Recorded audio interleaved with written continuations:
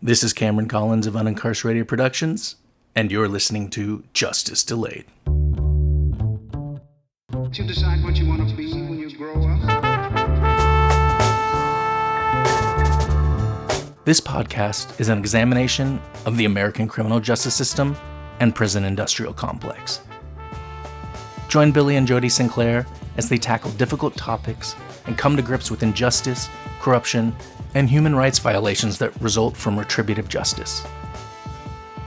Instead, they will guide us towards a vision of restorative justice. This is Justice Delayed. Today we have an internationally respected guest for this, our very first podcast of Justice Delayed.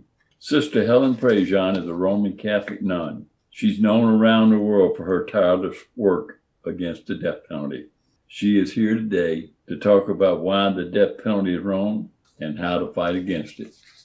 Sister Helen was born in Louisiana in 1939. She became a member of the Roman Catholic religious order of the Sisters of St. Joseph in 1957. She began her fight against the death penalty in 1982 in New Orleans, when she moved to the St. Thomas Housing Project because she wanted to live beside poor people and help them. She answered a request to become a death row inmate's pen pal and became his spiritual advisor. She witnessed his execution on April 5, 1984.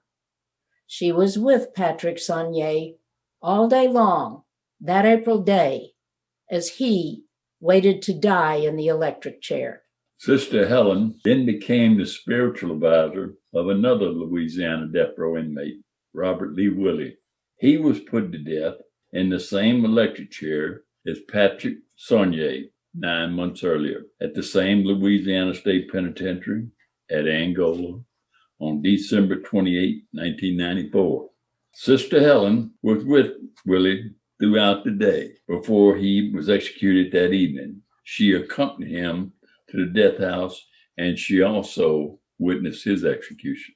Sister Helen's website, sisterhelen.org, tells the amazing story of what happened next.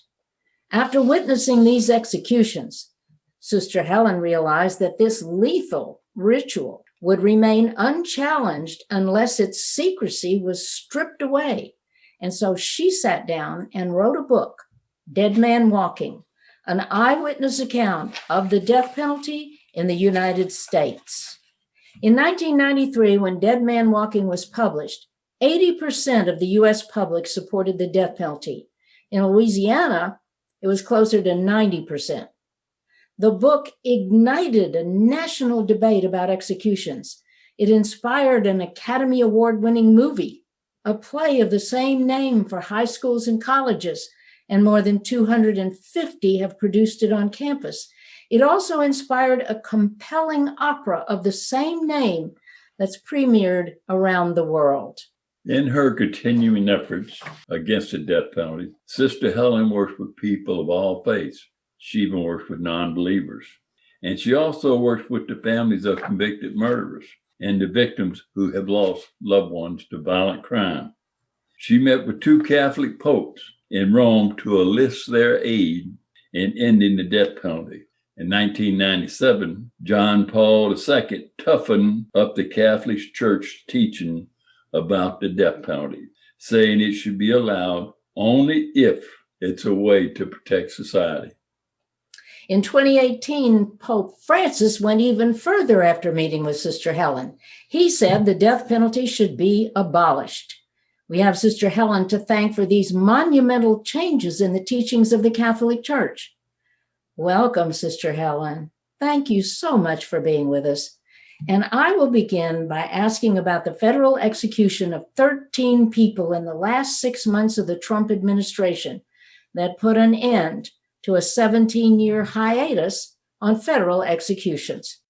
What did you think when the Justice Department suddenly said it would execute 13 prisoners in less than 6 months? Because I'm sure it was just an utter shock. I'm sure you were just completely horrified.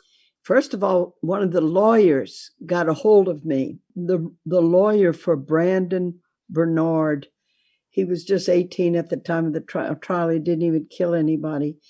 And it was really through them. I had heard it on the news that they were going to kill like 13 people. I went, how can they do that? We got this system of appeals and stuff. But then this lawyer contacted me, and would I be at the staff meetings with Brandon Bernard? And so I got involved with his case. And then I'm right in the thick of it with him and killing him. The shock of it, for 17 years, there had not been any federal executions. And meanwhile, we're putting it down in the states. I mean, Virginia being the last state. A recent Gallup poll in late 2019 showed that Americans, given the choice between a life without parole sentence, well, of course, we have to change that too, but just the choice between life or the death penalty, only 36% of people chose death. People don't want to have the government killing people. And there's been a lot of education. There's been a lot of groups around the country doing education in the states.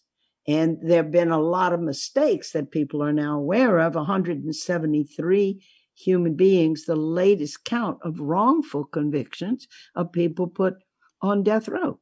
It's incredible, but there have been over 1,500 executions in the modern era. And for every 9 people executed, they've had to free one because they made a mistake. 1 in 9. Can you picture yourself getting on an airplane? And they said, we do have to give you this one little caution. There is a 1 in 9 chance the plane's not going to make it. Can you imagine? No. That's how broken the bloody thing is. Yeah. So then out of the blue, here come Trump and Barr. And do you know why they could kill all those people? Because they had the discretionary power. And what I've been doing on a whole lot of media interviews about this is to go right to that original way that the Supreme Court set up the death penalty when they put it back in 1976. It was hopelessly flawed from the beginning in 2 ways. First, they set an impossible criterion, which is that you're not to give the death penalty for your ordinary garden variety, run-of-the-mill murders, only for the worst of the worst. And nobody knows what that means. I mean, you kill my mother, who is unique and irreplaceable, can never be. That's the worst of the worst. They set an impossible, fuzzy criteria. And when you have a fuzzy criteria, and then it was coupled with discretionary power of prosecutors to go for death or not. From the trial on up, if you do not have a prosecutor that seeks the death penalty, nobody dies. So for those 17 years in the federal jurisdiction, nobody was killed because there wasn't a will to kill people. Get Trump in there with Barr, you got a lot of will to want to kill people. When you look at that whole style of Trump, it was violence, it was intimidation, it was bullying, it was get your way by force. And he decided to kill them, and he killed them. And it just threw it into stark relief. And so that's it. Maybe if we can call it a gift, it really isn't any kind of way a gift. All those 13 people were killed. Lisa Montgomery, who, as you know, was so brutally abused as a child. And because both of her lawyers got COVID, they delayed her execution date from a date in December until January the 12th. And when her lawyers told her that the date had been, shoved back till then, she kind of looked away wistfully and said, 8 days. Because in 8 days, Joe Biden was going to be inaugurated as president, and under his hand, she would not die, but under Trump, she would. So if you want to look at a capricious system, up to the whim of individuals to do or not, and it just really shows the fatal, flawed way it was set up from the beginning. Those 3 that were executed in January, sister, I can imagine how they felt knowing that on January 20, they would not have been executed. And so they're part of a more of a political process than for anything they actually did. And it made me think, That had to be terrible for those three because they knew that they were a victim of political Absolutely. circumstance. Absolutely. Yeah. But too, Billy, that, if a prosecutor in Caddo Parish in Louisiana, if you do a crime there and he goes after you, or you're in another where a prosecutor doesn't, it's always that flaky.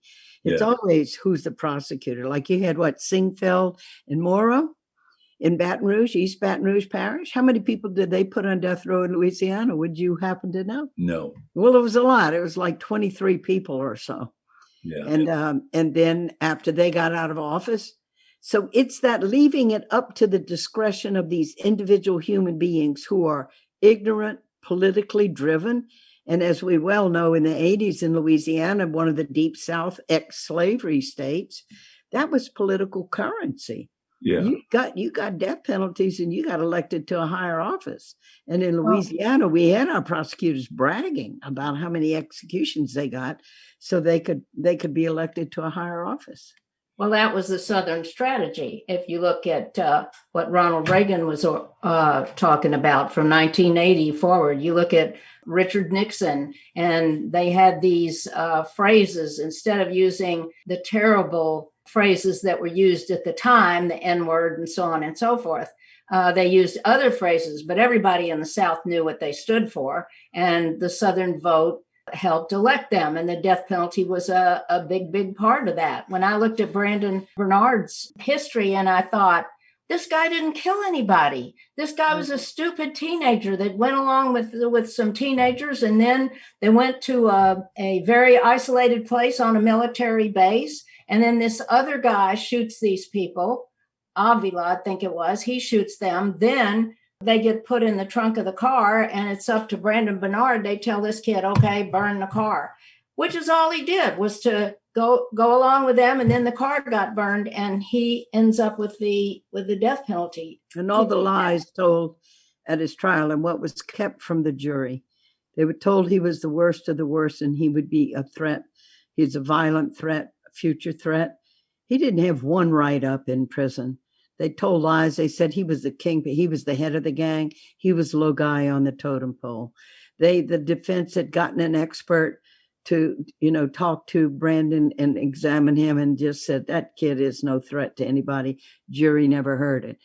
And over 90% of the 173 wrongfully convicted people that have gotten off a death row is because of prosecutorial misconduct, because the prosecutors, who are the ones who seek death or not, are in complete charge of the evidence. They're supposed to give it over in disclosure.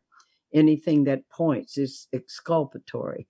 But when they are out to get that death, they don't turn it over. Billy and I know that very well, because we look at his case. 4 mitigating witnesses who saw what actually happened, saw a young guy running away in the dark, fires a bullet over his shoulder to scare the guy chasing him with a broom.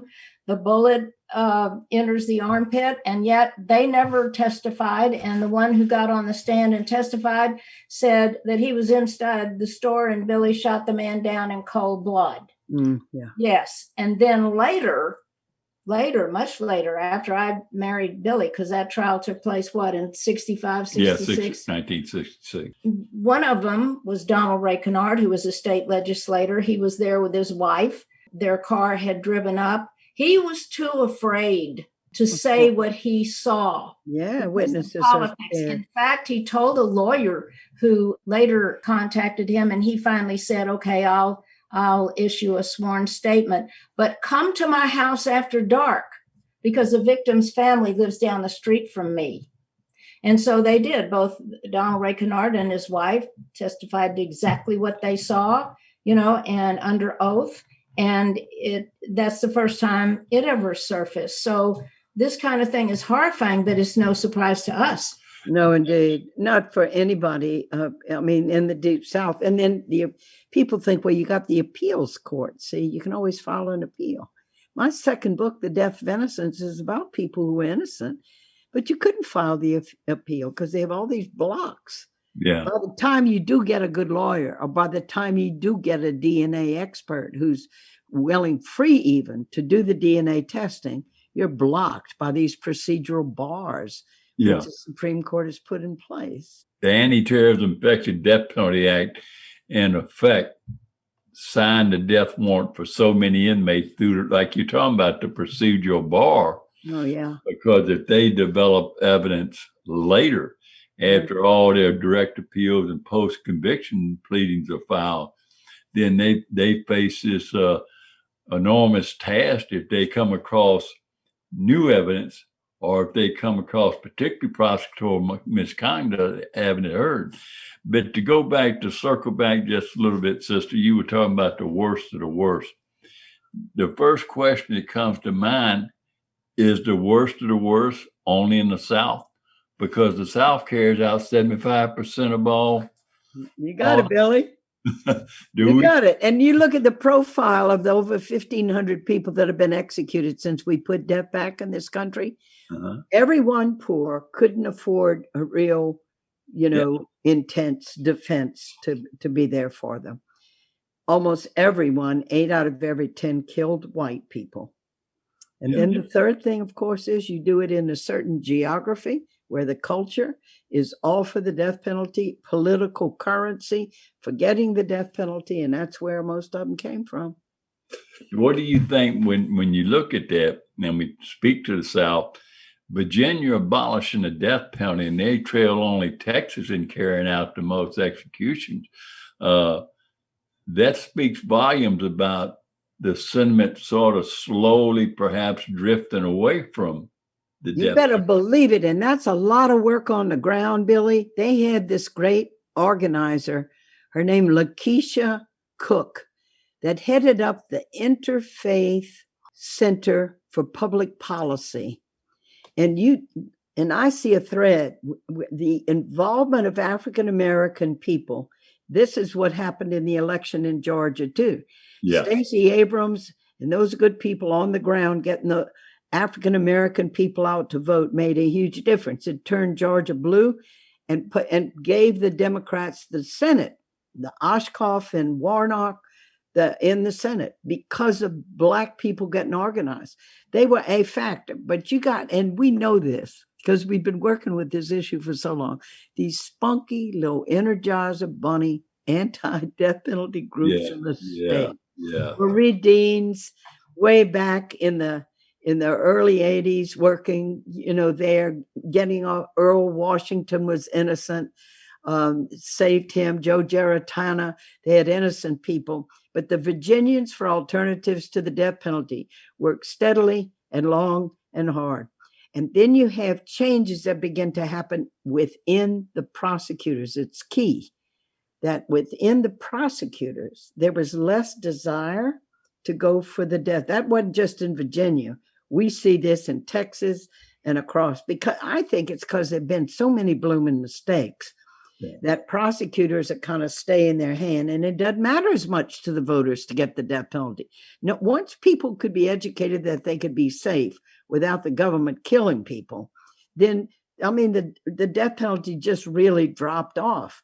And you had 2 or 3 significant prosecutors in Virginia who became very public about, we will no longer seek the death penalty. And so once you have that consciousness that gets pervasive in the society, then you see prosecutors beginning to stand up. And then you see legislators getting braver. It's not going to cost them the election. The people are beginning to, when that group, that interfaith group, with Lakeisha Cook and them got involved, the legislators said, man, we began to get letters and calls from people like we had never gotten before. They had vigils all over the state, and they really made their voices heard. I've found about the American public, since I've been talking to them for 30-something years, it's not that most people even think about the death penalty much. Yeah. With all the other things that got going on in their life, they don't know boo scout about how the death penalty works. They don't know. And you can help bring them there, as you do in your education, through books, through films, and media interviews. The media's really come on board now to tell the stories in ways that we haven't had before. But from the very beginning, every time, like one of you would do an interview and get your story out there, that helped create a change in consciousness that has gradually gotten to be pervasive enough. For the first time, we had a presidential candidates saying they were against the death penalty. Even Obama wasn't against the death penalty in every instance. Yeah. So consciousness changes, we evolve. The evolving standard of decency rises. Good. We still got a ways to go. The suffering is terrible. It needs to end yesterday with the suffering of people, but we are making strides. Well, I think one of the key findings of the year-end Death Penalty Information Center report on the death penalty is the fact that they said that in the counties in which previously sought the death penalty, reform prosecutors have won an election in those counties, and they're going away from the death penalty.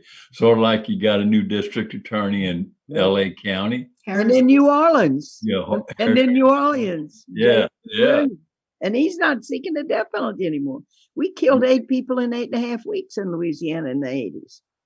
We were the fastest killing state for. Now here's a district attorney, African American, can't say it doesn't make a difference. It does. Like Thurgood Marshall said one time, he said, if a white privileged justice looks at those words, equal justice under the law, and a black man looks at those words, equal justice under the law, your life experience is born when you interpret text. And you can't say there's not a difference. So the more we have the presence of African American people in our judges and our prosecutors and present, and even on our juries, as you know, the big thing was to get Black people off the jury as much as you could. Mm-hmm. We have change. I think in a lot of ways, African American people are saving our society. In Louisiana in the 80s, we almost voted in David Duke, a bona fide Klan. I remember that. Remember that? Well, they had bumper stickers. It was up against Edwin Edwards, who did go to prison. And we had a number of our governors that have gone to prison. But the bumper stickers were saying, vote for the crook. It's important. It was up against, y'all remember? Yeah. David Duke. 80% of white people voted for David Duke. But African Americans turned out en masse in New Orleans. Thank God, and saved us from David Duke. What we were going to, another thing we wanted to ask you was, and I think we've already kind of covered that, Colorado abolished the death penalty last year. Virginia, as we've discussed, abolished it this year. And we wanted to know whether or not that gave you hope. And we also want to know, people who are against the death penalty, Sister Helen, what should they do to elevate the fight, to keep, hate to use that word, because of the way it's currently. Struggle. Yeah, the struggle. Who are struggling against it. What should we do? What is the most important thing for us to do? Citizens need to get involved. This last book I wrote, River of Fire, it's on becoming an activist.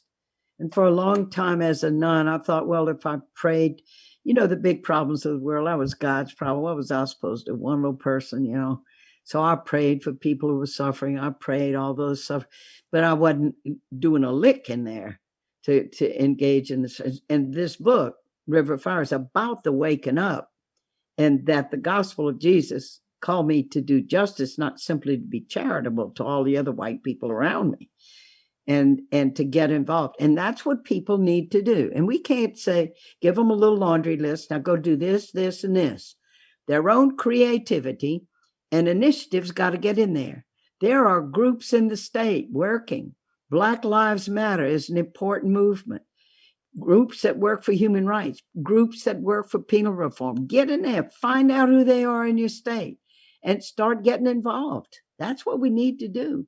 How much do you think Pope Francis' decision in 2018 to come out against the death penalties influence these groups and influence these people to get more actively involved? I think, just from my personal opinion, I think it's probably had a tremendous impact. Yeah, well, and it's interesting. Y'all got to understand, that's 1,300 years of dialogue in the Catholic Church to finally come to a position to put in the Catholic Catechism, under no circumstances, no matter how grievous the crime, we can never entrust over to governments the right to kill their citizens. 1,300 years of dialogue. Augustine in the 5th century had said that the violent could be coerced with the sword, and you have a long history. And part of that was they didn't have prisons and they didn't have a way to keep society safe. The traditional teaching of the Catholic Church, and most Christian churches too, was to protect society, that it was defense. And when the death penalty was put back in 76, that was the argument you heard. It's going to deter people from violence. It's some of these people are so evil, the only way we can protect society is to execute them. That they, just had this absolutism of evil in people. So all that changes. People grow in their consciousness. The Universal Declaration of Human Rights gets stated in 1948 under the leadership of Eleanor Roosevelt. Now, 40 years ago, only a handful of countries didn't have the death penalty. But now, 2/3 of the 195 nations in the United Nations don't have the death penalty. Why? Because prisons were built and we had a nonviolent way to protect society. But for the church to take that statement, they always were upholding all through the discussion. They wanted to hold on to the right of the state to take life.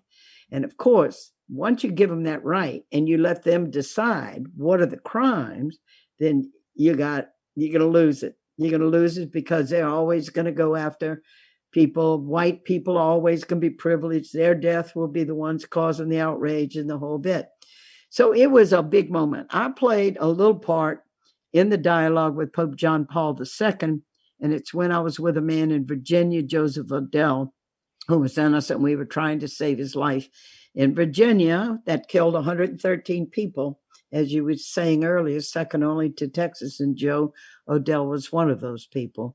And in the process with the media, the Italian Parliament, the Human Rights Commission of the Italian Parliament got involved with Joe Odell's case. They were sending delegations over to Virginia to meet with Joseph Odell and to meet with the governor about his case. And the governor, he got 10,000 faxes from the people of Italy about Joe Odell. He wanted Joe Odell dead so fast, get rid of all these Italians on my neck.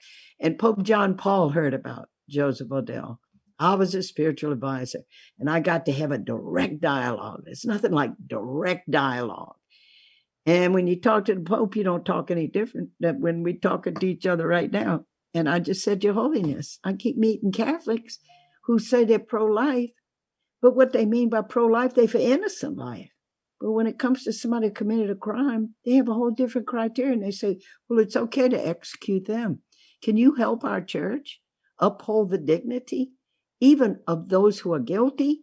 When I'm walking with a man to execution and he's shackled hand and foot and he's surrounded by 6 guards, and they're going to walk him across this hallway right here through that door, and they're going to kill him. And he turns to me and he says, Sister, please pray that I have the strength, that God gives me the strength to hold up my legs when I make this walk. And I said, Your Holiness, does the Catholic Church only uphold the dignity of the innocent? And Pope John Paul II was the first one that started really raising the question of even those, he said in St. Louis, even those among us who have done a terrible crime have an inviolable dignity that must not be taken from them. And that is what Pope Francis, the words he put it into when he changed the catechism in August 2018. Sure. Did you think more than 3 decades ago, sister, I saw you coming into Angola to visit one of the brothers? And I forget which Sonia brother was, but did you think that far back then that you would be where you are today and your whole life would be changed and you would become a voice against the death penalty that's recognized throughout the world from that little Catholic nun that used to come into that big, huge, sprawling prison, just like you owned it? No. Billy, you got that all wrong. I was so scared. I didn't know what I was doing. all while Tim Robbins was making the movie from my book, he kept saying the nun is in over her head. I certainly wasn't over I knew nothing. I had to learn I found out that can be a gift when you're going to talk to the public, when you write a book. They want to read the book because I'm not coming off as an expert on page one. They go, this nun doesn't know what she's doing. She's in over her head. Let's see what happens to her. As much as, and of course not. And it's not really about me. It's the suffering and torture is so terrible and it's hidden from the eyes of the public. I've gotten out there because I'm a witness to the killing, to the torture, to the last moments of people's lives where they're strapped down and killed. And people, because they don't see it, they got this expression in Latin America, what the eye does not see, the heart cannot feel. And that's why those of us who are witnesses and been in those execution chambers and can talk about human beings, granted people who have done unspeakable crimes, but there is more to human beings than the worst act of their life. There's a transcendence in us, that divine spark. We can always change. We can always grow. And I became witness to that. And I was very shocked at what I learned. I didn't know anything. And then when you're a witness, then you have a moral imperative then to go to the people and say, let me tell you what I learned. Because you know the people are good. The people are good. But when they're made to be afraid and they're told this is the only thing we can do, these people are so evil, you put them in prison, they're going to kill other inmates. They're going to kill guards. These people are evil. They absolutize in evil. And it's not true. We're all human beings. Yeah. So anyway, that's what made me do what I do and still do it, Billy. I know. Tell what Stan told you about. Oh, I'm sure you remember Vernon Aldridge. Yeah. Yes, because you were his spiritual advisor. He was executed in 2004, and I interviewed his brother Stan 2 times now. I know. And Stan told me in that witness box, Vernon looked over at him and his brothers, and he said, I love you to the moon and back. And that's when Stan started crying last week. When we interviewed him for another podcast about the death penalty. He also remembered you very, very well. He remembered how much you meant to Vernon, and he remembered how much you meant to his mother and his father, father with a heart condition and mother who had to stay with him because they were afraid the father would die watching the death. But you're very dear to his heart. Wow. Gosh, these people who have been killed like this. It's so unspeakable. It's so unspeakable. People are good. I say people are good because when you bring them close, and that's why the movie of Dead Man Walking was so good. I mean, Tim didn't, he said, this is not going to be about an innocent person. It's going to be about a person dead guilty in what he's doing of a terrible crime. And then our job is to show the suffering of the victim's family. And that's complex too. Not all victims' families are alike. One of the absolutely wanted the execution. The other one, Earl Delacroix, not so sure. Show the complexity, show the suffering of the victims, and then step by step take people into that execution chamber. You find out he was guilty. He did the crime. Let's see justice done. Bring it on. And you bring your audience in there. And the theater managers told Tim Robbins when they showed Dead Man Walking in the theaters, when the movie ended, people would stay, they just stayed riveted. They just stayed seated. And then they filed out in silence because they were thinking. And one of the first things Tim Robbins explained to me was the difference between art and propaganda. Propaganda is in his DNA molecules, he's against the death penalty. But how do you construct and craft a journey for an audience when if you all you do is just lay out the story in a way that you got to come out against the death penalty? That's where the whole journey of the film, you know, you do the crime early on, it blurs a little bit, people forget. But he juxtaposed the execution of Matthew Ponsell, if you remember the film, and you see him dying on the gurney, and then there's an aerial view of his participating in the killing of that couple in the woods. And the audience was brought back to the terribleness of the crime. So they had both of them side by side. And that's what jolted them into thinking. he's guilty, but look what we're doing to him. To really look at to reveal in its naked form the moral question. So now we have killed someone who kills somebody else. And what does that say about who we are as a people?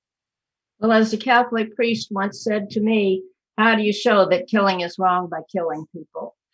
That's been on a lot of bumper stickers. I think more than that one Catholic priest said that. But I mean, that's absolutely true, isn't it? Yes, it is. See, but when you feel that because you made something legal, it's morally right. Because the Supreme Court said it's legal to kill people for their crimes, the legality doesn't change the morality. And what makes it torture is the UN Convention Against Torture defines torture as an extreme mental or physical assault on someone rendered defenseless. It's the defenselessness that makes it torture. If you can fight back, you can't call it torture.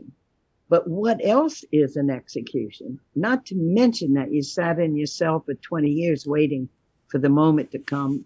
Because you have an imagination, you anticipate death, and in your mind you die 1,000 times and dream the nightmare of being killed 1,000 times before you die.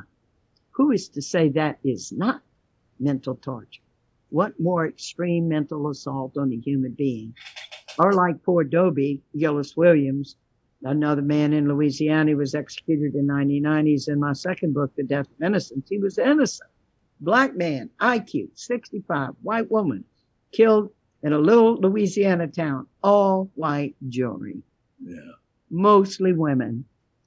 And he was brought in the death house 3 times before he was killed. Got within death an hour.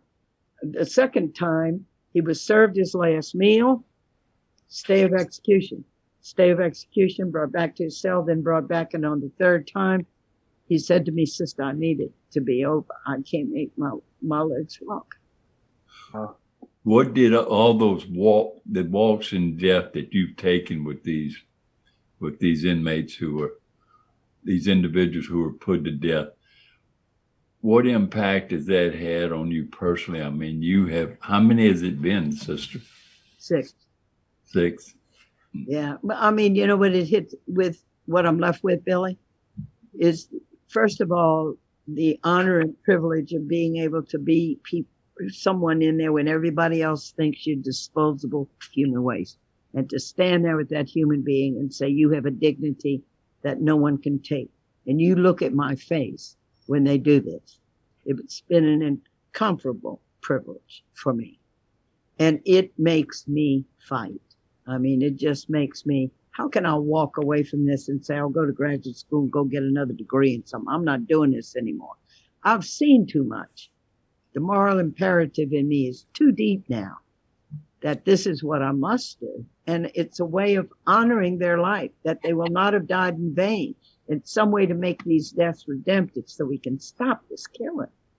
Sister Helen, I wanted to jump in real quick here just because we want to respect your time. And I think Vic and I each want to ask some questions, and then we'll let Jody and Billy finish up with you here at the end. My father went to Notre Dame. My mom went to Mater Dei, and I attended Seattle Prep, Seattle University, and Santa Clara. Actually, not in that order. I went to law school at Seattle U, and have worked at Seattle U for a decade. So I've been steeped in Catholic culture since high school. You talked about it a little bit with your book when you mentioned your latest book, but how does your Catholic faith impact your work, and what was it that brought you to this work through your faith? I grew to understand, and that's what River Fire is about, understanding that in the essence of the gospel of Jesus was to be on the side of the poor and the voiceless and those who had no one to be there with them. And that is what that's what he did with his life. He was on the side of the people that other people considered disposable. And I had to wake up to that. Cameron, I was 40 years old before I woke up to the connection, because I'd grown up in privilege, in white privilege. I wasn't afraid of any policeman stopping me on a highway or anything. When you grow up in privilege and you don't directly experience the suffering, It's like you're removed from it. You're a person of goodwill. You want to be kind to people. But I woke up and the gospel of Jesus was about justice. And what was I doing out in the suburbs of New Orleans?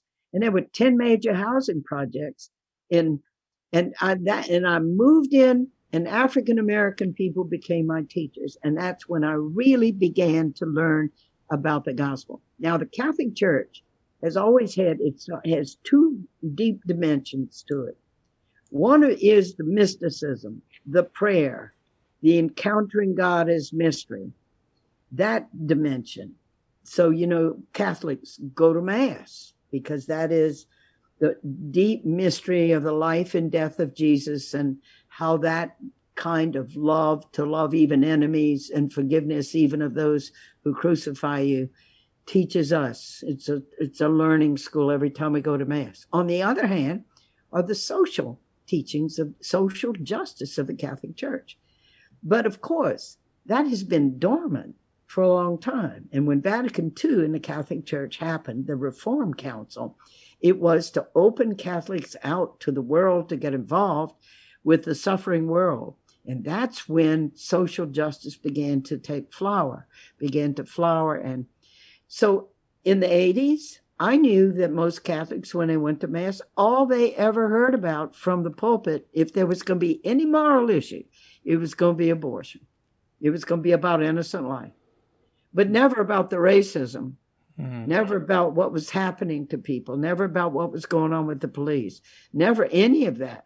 Well, now there's an awakening, and so it's changed. That's wonderful. I just wanted to ask you, and you had touched on this a little bit earlier as well.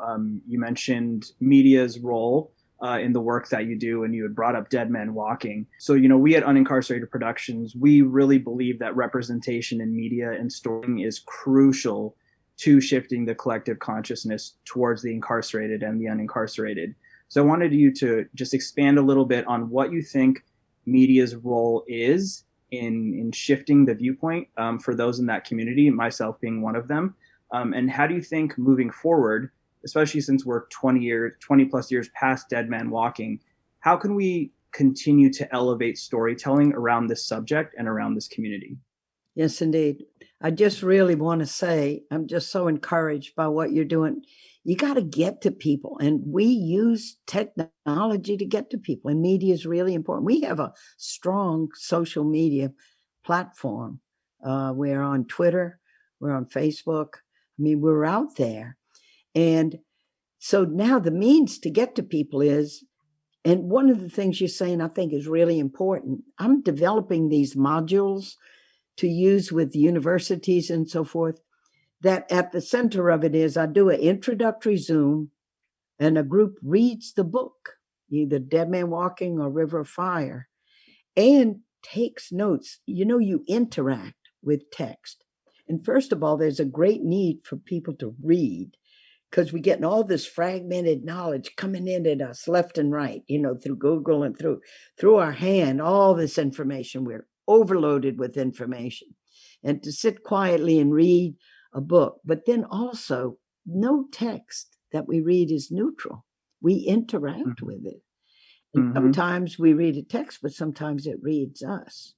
And then to take notes, your own field notes or your own journey or what you think, and then to talk about it in community. So the more that social media can pull people together in groups, but it's absolutely essential. If we develop anything, it is to develop different ways of media to be able to go and to reach people and somehow then to bring them into community. So they're not just looking or interacting across cyberspace, but to bring people together. I've been amazed at the dynamism that is in the Zoom things. I'm going to be with 1,000 prison ministers in India. Wow. In a couple of weeks. This little Energizer Bunny nun in India has organized this thing. And, I love it. And Zoom, it can be a very dynamic thing, especially when you provide in it for interaction and all. So, I mean, I congratulate you for what you're doing. You're doing something foundational. You're doing something really, really important. Because when people can hear a story It is so different from just getting facts or statistics, and then they want to rebut them and say, well, I heard this statistic. You never get anywhere just with that. But tell a story. One of the lawyers that I work with in these cases said the one who tells the whole story wins the case. So by the time, look at this crime, but then look at the mitigating circumstances of a person's life. And you can go to that jury and you can go to the people and say, see this human being. That makes it all different. So congratulations to you. And you keep doing your work. And I'm really happy to be a part of this. Thank you so much, Sister Helen. It's truly an honor and a privilege to be able to talk to you, and it's a dream come true. So thank you so much for those kind words. And I'll just pass it off to Jody and Billy to wrap us up so we can be respectful of your time. Before I go, Sister Helen, I just wanted to say something personal. Do you know I'm 6 months older than you are? I went my whole life and did not know that. But now I am brought up short to know this amazing, astounding fact. Yes. It changes my whole life. And I also told Vic and Cameron and Spencer and so forth, I said, if you ever get a chance to talk to Sister Helen, you need to ask her the one question people ask if they live in New Orleans. They ask one another the question, where you at? Where you at? Where you at means a lot of things. It doesn't just mean the ground you standing on. It means, did you have gumbo today? It means, how you doing? How you handling all this COVID stuff? Where you at? Where you at? Yeah, exactly. Yeah. I love New Orleans. I love New Orleans. I love it. If we didn't have African-American people in this city, we would be so different. They even have influence, of course, the way we talk. I mean, African-American people, it's just there's warmth. Baby, how you doing? Just in the store. Hey, baby, can I get that for you? How you doing, darling? They warm us up in so many ways. I know. I remember that phrase. How you doing, darling? I lived in New Orleans for 14 years on the corner of Camp and Race in a beautiful Victorian house. I think it's still painted yellow. When we bought it, we painted it yellow so it would always look like sunshine. And it's my favorite house in the whole wide world. So, I was there 14 years.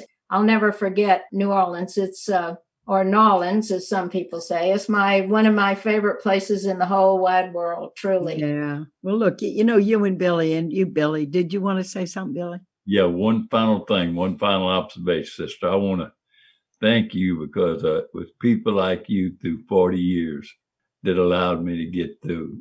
I came from a death cell, and now I'm home, have a good life, been fortunate with good health, and have a beautiful wife. And I would not have made it through those 40 years if it hadn't been for a lot of people like you. And I just want to thank you for that. Yeah, both of you are the heroes. I wasn't abused as a child growing up. I had the best of all worlds. And you have been through tough stuff. And look at you and what you've done with your life. I would take off my hat to you far more and say it's an honor to be with you, far more than you to be with me. But here we are together, each of us, as we awaken, and then we get to give over into our community the gift that we have been given to help us to become and to develop, to evolve, to grow into a more loving community. And you give me hope, both of you. Thank you. God bless you, sister. Since 2007, Billy has been a senior paralegal with the Houston criminal defense firm.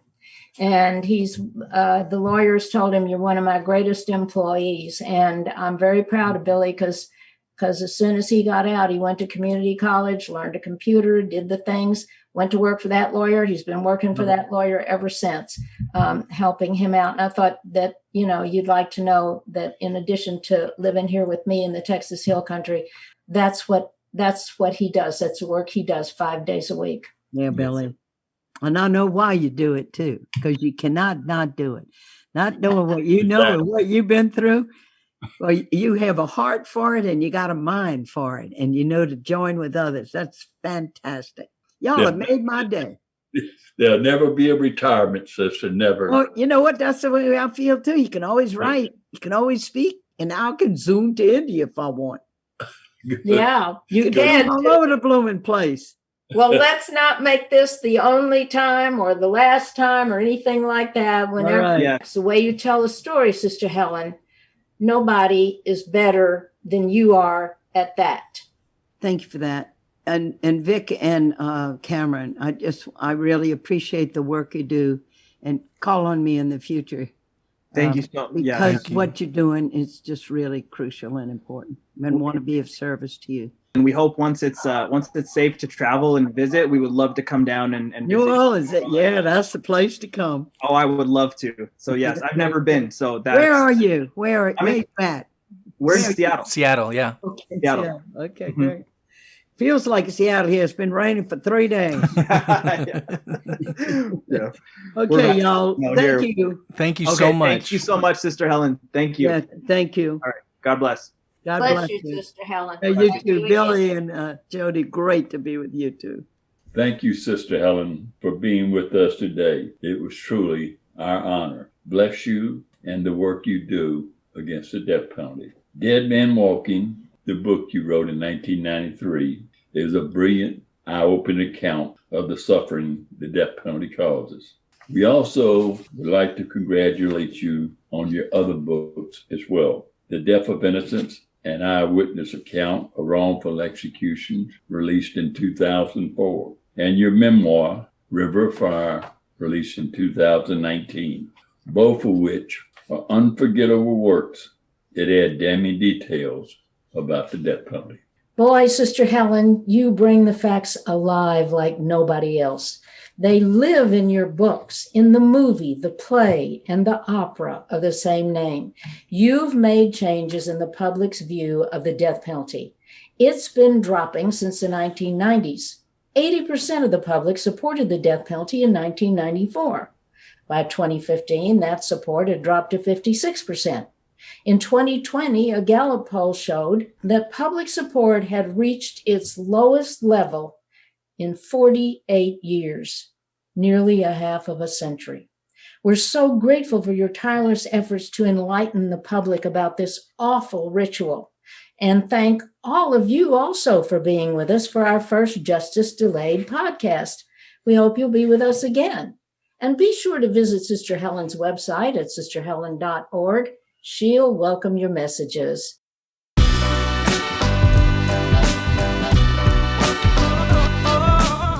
This podcast comes from Unincarcerated Productions and Grindle Industries. Every episode of Justice Delayed is produced and edited by Cameron Collins and Milo Prejean. Music on this episode is from Speculation.